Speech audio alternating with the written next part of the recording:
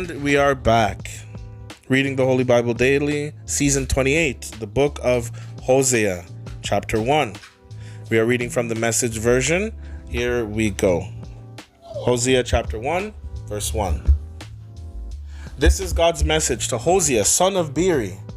It came to him during the royal reigns of Judah's kings Uzziah, Jotham, Ahaz, and Hezekiah.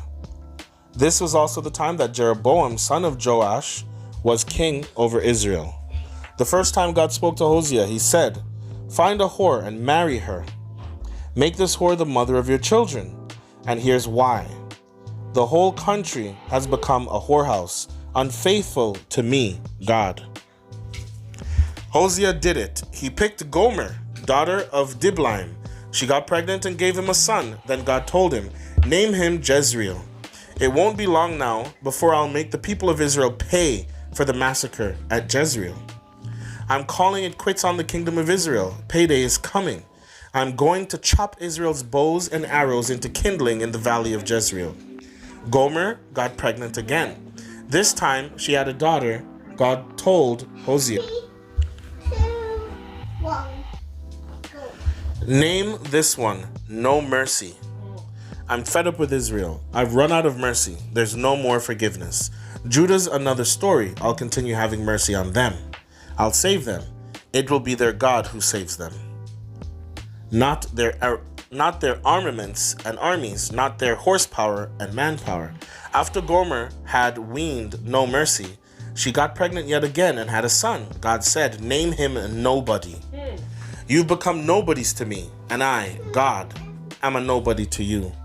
But down the road, the population of Israel is going to explode past counting, like sand on the ocean beaches. In the very place where they were once named nobody, they will be named God's somebody. Everybody in Judah and everybody in Israel will be assembled as one people. They'll choose a single leader. There'll be no stopping them. A great day in Jezreel. Hosea chapter 2. Rename your brothers, God's somebody. Rename your sisters, all mercy. Haul your mother into court. Accuse her. She's no longer my wife. I'm no longer her husband. Tell her to quit dressing like a whore, displaying her breasts for sale. If she refuses, I'll rip off her clothes and expose her. Naked as a newborn, I'll turn her skin into dried out leather, her body into a badlands landscape, a rack of bones in the desert. I'll have nothing to do with her children, born one and all in the whorehouse. Face it, your mother's been a whore, bringing bastard children into the world. She said, "I'm off to see my lovers. They'll wine and dine me, dress and caress me, perfume and adorn me. But I'll fix her. I'll dump her in a field of thistles, then lose her in a dead-end alley. She'll go on the hunt for her lovers, but not bring down a single one. She'll look high and low, but won't find a one. Then she'll say, I'm going back to my husband, the one I started out with. That was a better life by far than this one."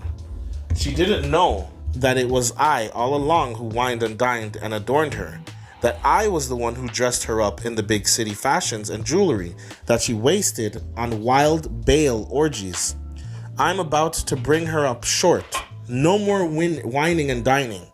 Silk lingerie and gowns are a thing of the past. I'll expose her genitals to the public. All her fly-by-night lovers will be helpless to help her. Party time is over. I'm calling a halt to the whole business. Her wild weekends and unholy holidays.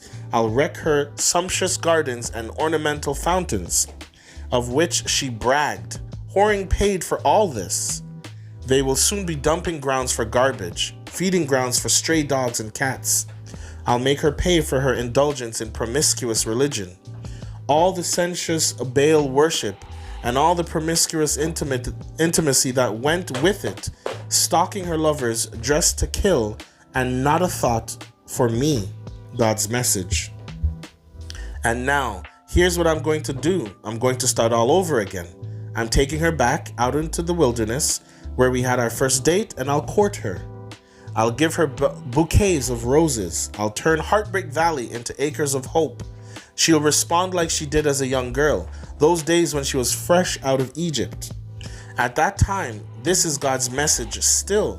You'll address me, dear husband. Never again will you address me, my slave master. I'll wash your mouth out with soap, get rid of all the dirty false God names. Not so much as a whisper of those names again. At the same time, I'll make a peace treaty between you and wild animals and birds and reptiles, and get rid of all weapons of war. Think of it, safe from beasts and bullies, and then I'll marry you for good, forever. I'll marry you true and proper, in love and tenderness. Yes, I'll marry you and neither leave you nor let you go. You'll know me, God, for who I really am. On that very same day, I'll answer, this is God's message. I'll answer the sky, sky will answer earth, earth will answer grain, and wine and olive oil, and they'll all answer Jezreel. I'll plant her in the good earth. I'll have mercy on no mercy. I'll say to nobody, you're my dear somebody, and he'll say, you're my God. Hosea chapter 3. Then God ordered me, start all over, love your wife again. Your wife who's in bed with her latest boyfriend, your cheating wife. Love her the way I, God, love the Israelite people. Even as they flirt and party with every god, lowercase g, that takes their fancy, I did it. I paid good money to get her back.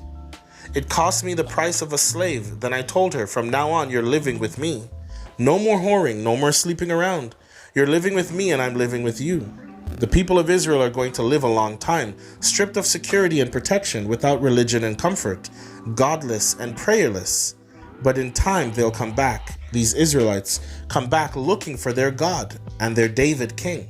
They'll come back chastened to reverence before God and his good gifts, ready for the end of the story of his love. Amen.